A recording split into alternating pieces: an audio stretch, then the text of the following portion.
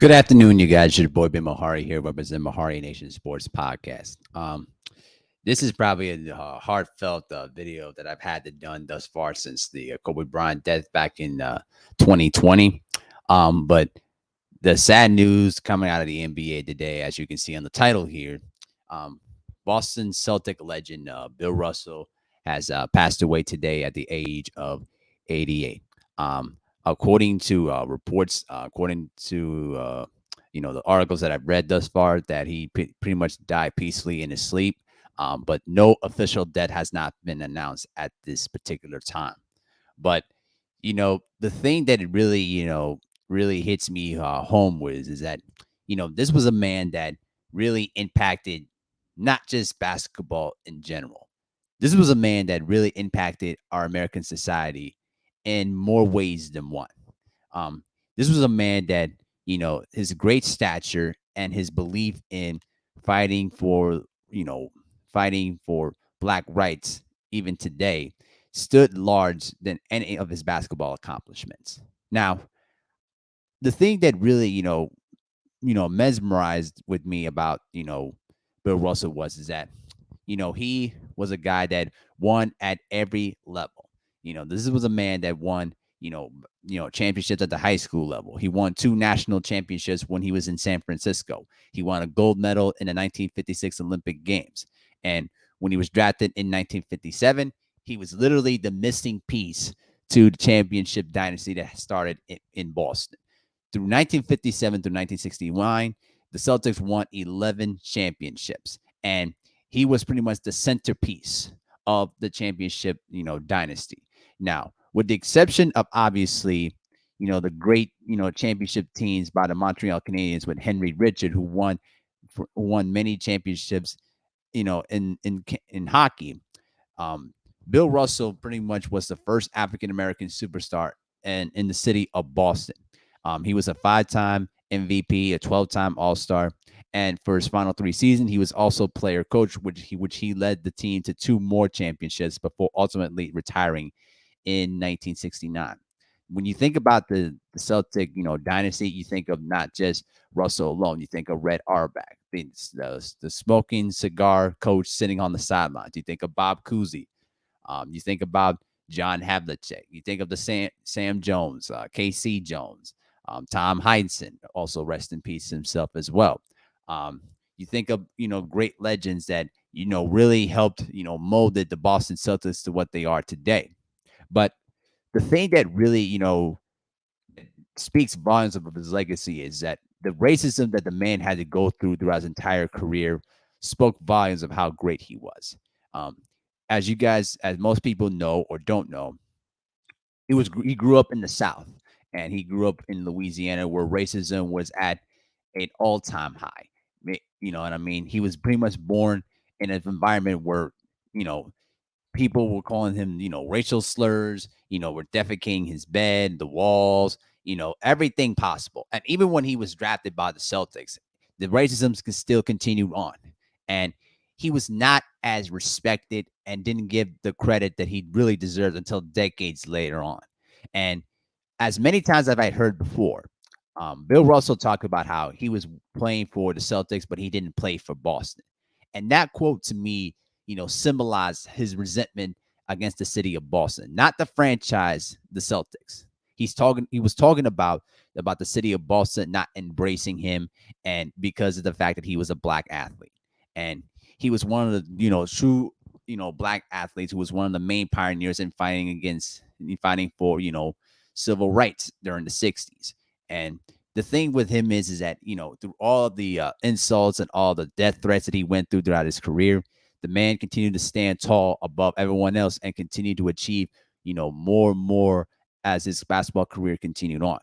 Obviously, he was greatly remembered for the great rivalries he had with Wilt Chamberlain over the years throughout the 60s and onward. Um, the thing that I remember from the 69 series was is that, in his last game, he had 21 rebounds. And, the thing with that great rivalry was is that, after the game was over with, when I guess when Russell didn't know that Butch Van Vedekar pretty much refused, to play Wilt Chamberlain in the fourth quarter because of a knee issue, and the issues that him and Wilt Chamberlain had with one another. He pretty much called him a Volkmangerer, which pretty much symbolizes the fact that he refused to check into the game at the most opportune time. And unfortunately, those two men didn't speak to each other for almost 20 plus years until 1997 when they finally, started talking again. And when Wilt died in 1999, he was pretty much one of the first people to speak on how great of a player Wilt Chamberlain was. How gracious of a winner he was at every single opportunity. Another great example of that is that when the Celtics won the championship in 1969 again over the Lakers, Jerry West was named Finals MVP for the losing team, and he went into the Lakers locker room and pretty much embraced Jerry West and saying that he was the greatest competitor that he ever faced against.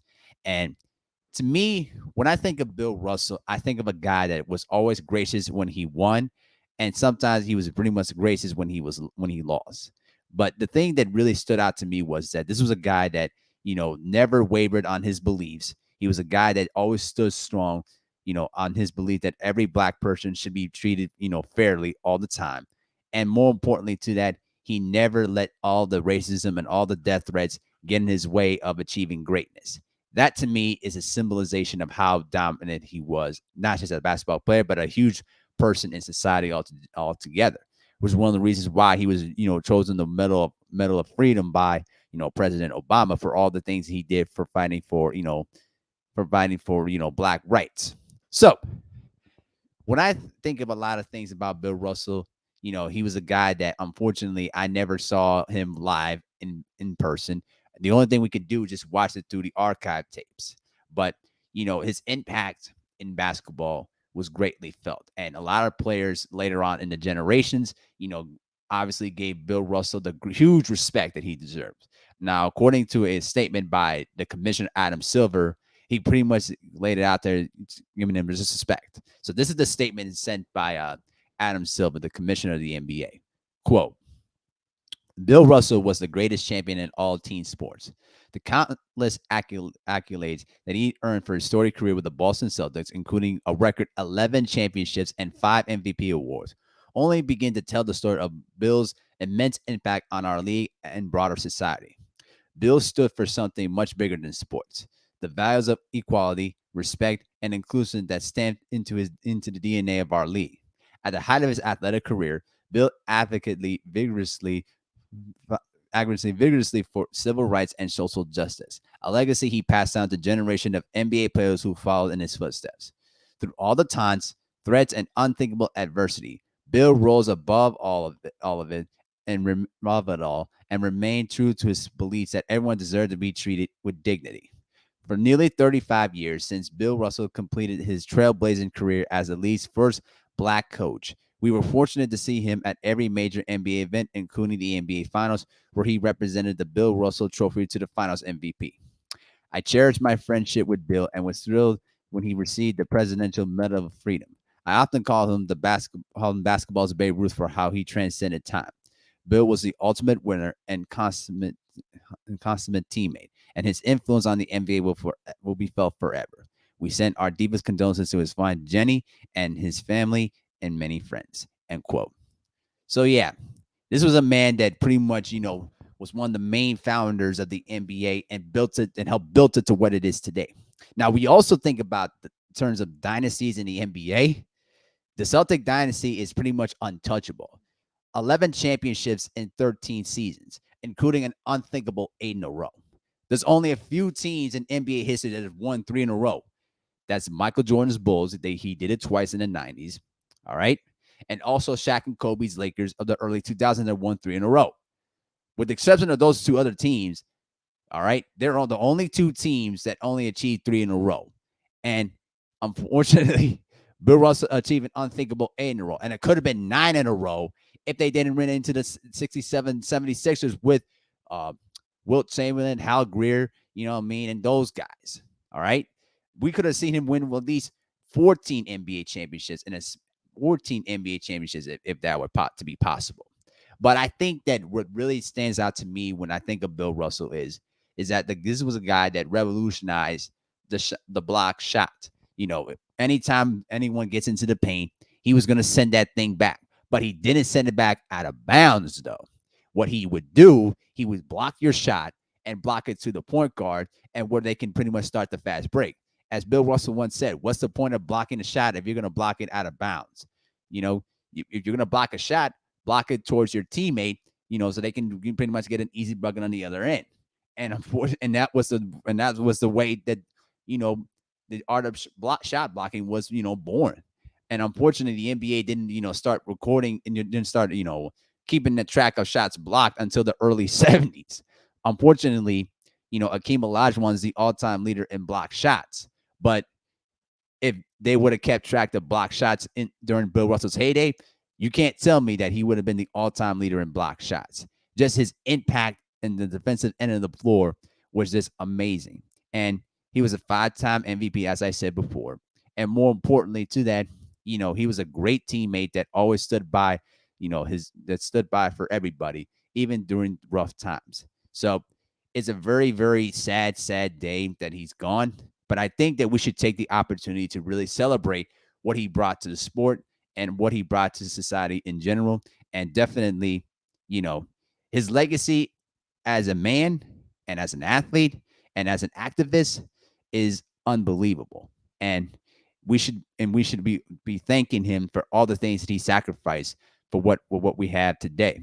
And also in the fact that, you know, with him, he was a guy that stood by his athletic prowess and never wavered on his beliefs to the very end. And he always stood up for black people countlessly until the end. So rest in peace to the greatest winner in NBA history. Rest in peace to an outstanding man, to an unbelievable activist, and his legacy will never be forgotten. Y'all let me know what you think in the comment section below. Peace.